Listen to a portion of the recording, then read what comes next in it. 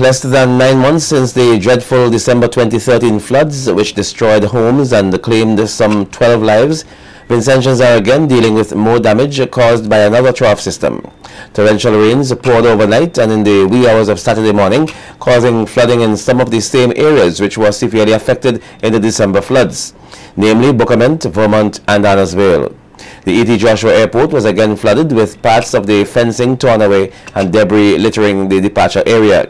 In the capital city, Kingstown, some businesses were unable to open owing to the debris left in and around their buildings. Elsewhere, there were reports of landslides in areas such as Belmont, Bel Air, Rockies, Lago Heights, Lacroix, Trigger Ridge, and Rose Place. The Dorsetshire Hill area was not spared.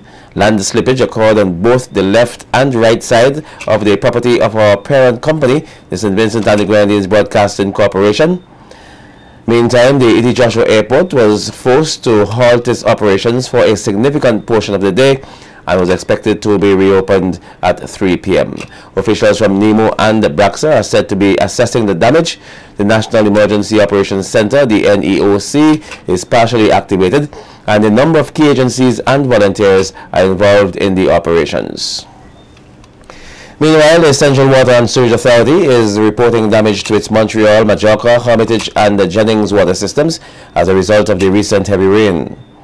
The CWSA says there have been reports of broken distribution lines in several communities on the windward and leeward side of St. Vincent, resulting in the following communities being affected: Belmont, Top Kittels, Bel Air, Vermont, Choppins, Bible, Gibson Corner, New Montrose, Kingstown in the Heritage Square, and Block 2000 areas. The CWSA adds that it has already mobilized several crews to address the situation and will continue to work to restore water to affected communities. The general public is asked to continue to call the CWSA.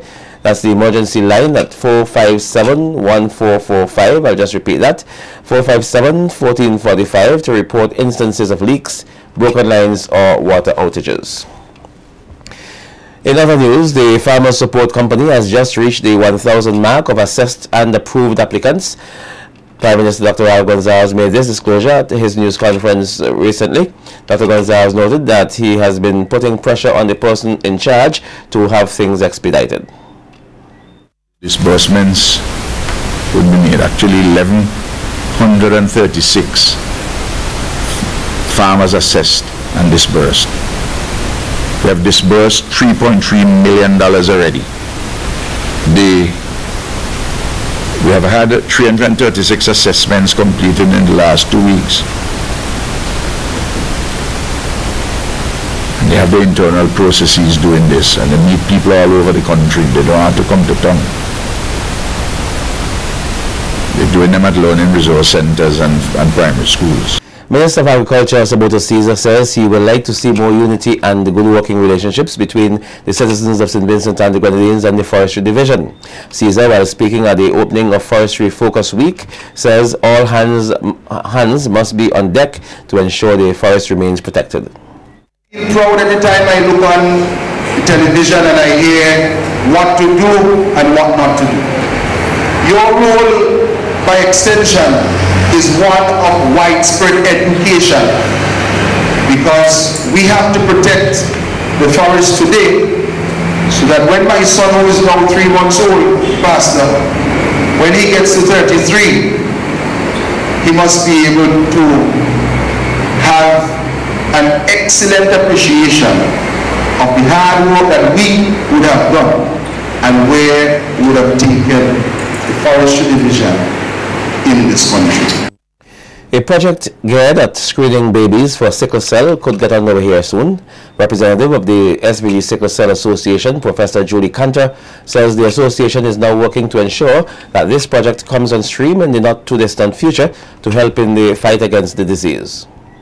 So we obtained a grant from the Center for Global Health at the Medical University of South Carolina, and we have called our project the Partnership Screening Project for Sickle Cell Disease for St. Vincent and the Grenadines. In the United States, all babies are screened for sickle cell disease at birth. This is important because if we diagnose children very early at birth, we can put them on antibiotics and prevent infection, which is one of the leading causes of death in children in sickle cell. So this project will be done very similarly. Babies 24 hours after they're born, when they're in the hospital, their mothers will be asked to consent to allow us to do testing on them for sickle cell. Even if the babies don't have any relatives or any family history, there's a possibility they can have sickle cell disease. So it's important that we are able to do the test. The test will be sent back to South Carolina, and the results will then be called to us, and we will call them back to the local physicians here, and then we'll inform the family so that we can make sure the babies get the right treatment very quickly. The staging of the Miss SVG Plus Size pageant, which was slated for this evening, has been pushed back again, this time until further notice. Organizer Paul Williams told SVG-TV News today that owing to the inclement weather affecting the country at this time, the show will not take place this evening. They have not yet decided on a new date for the event. 8 contestants were expected to participate in the pageant, competing in 4 judged categories. Williams says the public will soon be informed on the show's new date.